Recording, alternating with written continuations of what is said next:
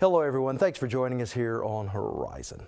Well, late last year, President Obama announced that the United States is changing its policy towards Cuba.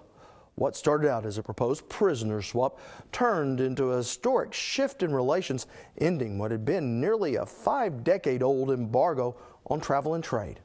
Yet much of the work to open the Cuban market was already underway in states like Oklahoma.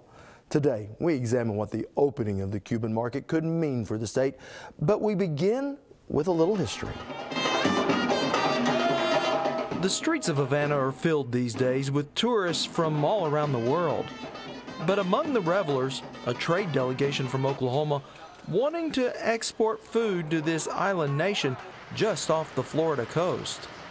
These people have to eat, and we have good products. And the thing that I like about the location is where we are, especially in Oklahoma.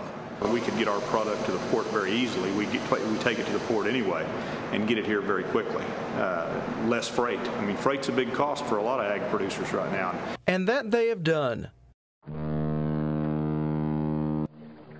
In the fall of 2004, the first ship in over 40 years arrived in Cuba filled full of Oklahoma wheat.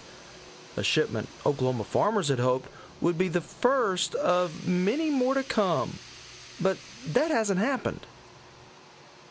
Our government changed the rules a little bit and made them prepay for the wheat that we bought. When that happened, it really made it a lot more difficult. Federal obstacles that dried up future sales.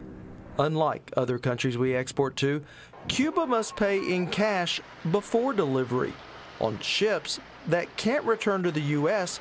for a full year, a hurdle that angers Cuban officials and frustrates state leaders.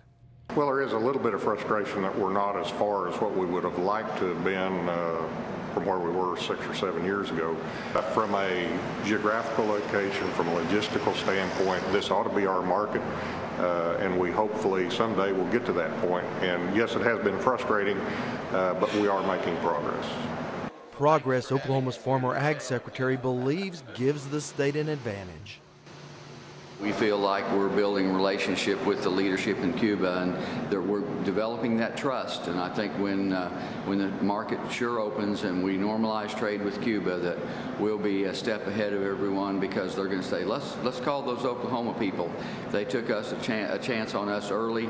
Now we know they're our friends. Work that state lawmakers believe will not be wasted if and when the largest export market in the Caribbean opens to U.S. trade.